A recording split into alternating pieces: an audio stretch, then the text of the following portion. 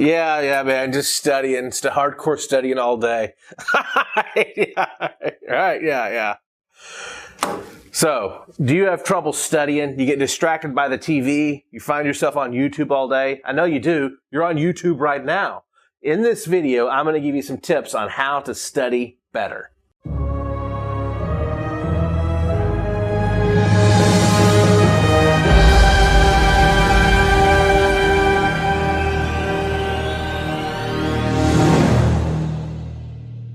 Hey guys, Ron White here from Stanley's Superhumans on the History Channel. There really is a way to study better and study more effectively. And in this video, I'm going to give you my 10 steps on how to study better. Step number 1, study for 25 to 50 minutes, then take a 10 to 15 minute break, go for a walk, play with your dog, do some jumping jacks, push-ups, just go get some fresh air, get your blood flowing, and then go back and study again for 25 to 50 more minutes. And repeat that until you're finished with your studying. Step number 2, get 6 to 8 hours of sleep the night after you learn something. According to Dr. James Moss, is if you get a good night's sleep, 6 to 8 hours the night after you learn something, the next day when you wake up, you will remember it better than if you had a poor night's sleep and not at least 6 to 8 hours of sleep. 6 to 8 hours is actually known as the REM sleep. There are that 2-hour window, your brain will replay what it learned the previous day, and that's why you remember it better when you wake up the next day. If you do find yourself sleep deprived before you study, take a 15 to 30 minute nap, but no more than 30 minutes. Pretty simple so far, right? Let's move on to step number 3. Take notes in class. And it's better if you take them yourself. Getting somebody else's notes and copy them is not the same. When you take notes in class, you are engaging your brain and you will remember more from that class. Pretty self-explanatory, right? Good. We'll go on to step number 4. Step number 4 is clear your mind of all distractions. I used to hold the record for the fastest to memorize a deck of cards in the United States. And sometimes before I would memorize a deck of cards, my brain would be worried about things in my life or things that were going on. So what I would do to clear my mind of all distractions is I would close my eyes and I would visualize those scenarios the way that I wish they were or the way that I hope they would be one day. And then I would open my eyes, I would be relieved of that stress, and then I would memorize a deck of cards. Clear your mind of all distractions. Maybe close your eyes and visualize the things the way you wish they could be, and then focus on your studying. Great. Let's move on to point number 5. 5 is the keyword technique. And what this is if you find you're studying, your mind starts to drift or wander, use the keyword technique. Let's say you're studying about Abraham Lincoln, and your mind starts to drift. Focus in on a keyword about the text you're reading and just say to yourself, Lincoln, Lincoln, Lincoln, Lincoln, Lincoln, until your brain is once again focused on what you're reading and Abraham Lincoln. Pick a keyword out of the text. We're halfway there. Step number 6 is to learn the most important ideas first. If you're looking at a book, sometimes at the beginning they'll have learning objections, or maybe at the end they'll have a recap. Look at those recaps. Look at those bullet points. Those are often the most important details that the book or the professor or teacher wants you to learn. Learn those first and look for those details whenever you're reading or whenever you're studying. Learn the most important things first.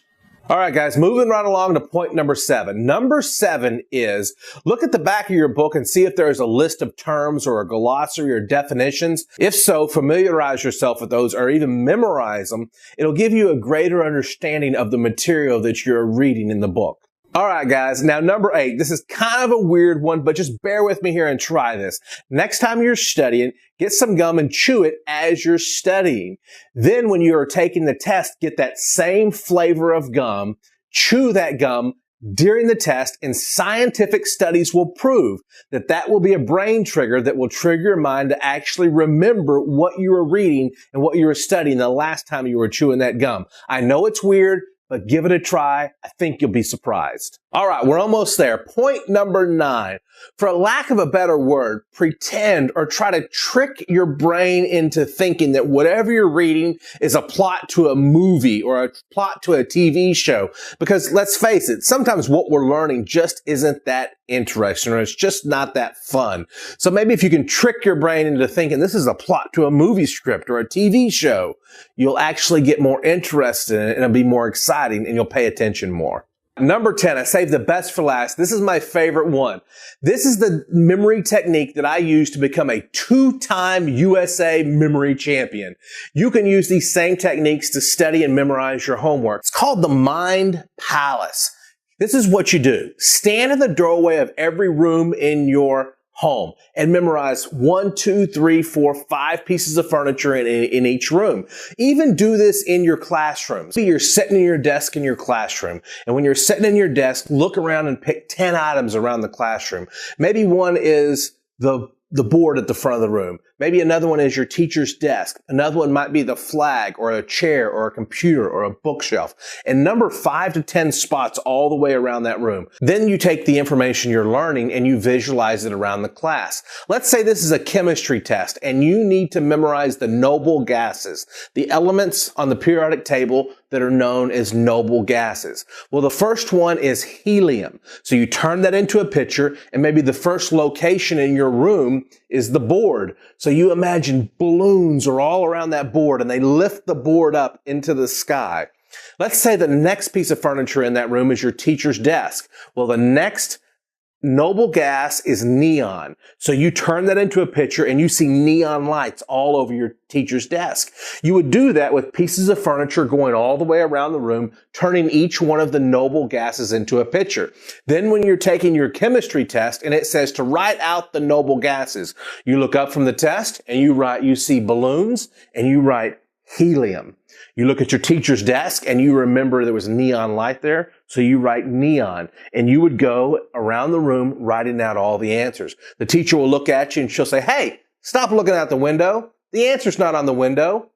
Yes, it is. You got answers all the way around the room. This is known as the Mind Palace. If you would like to build your own Mind Palace and ace every test from now on with ease and no stress, just click the link right here to get my training on how to build your own Mind Palace, or click the link below. You'll be glad you did. Hi guys, thanks for watching. Have you built your own Mind Palace yet? If not, don't forget to get the information right here to build your own Mind Palace and memorize what you study. And also subscribe to the videos. We've got tons more of great, cool, awesome videos, and you're not going to want to miss them. Thanks for watching, and I'll see you on the next video.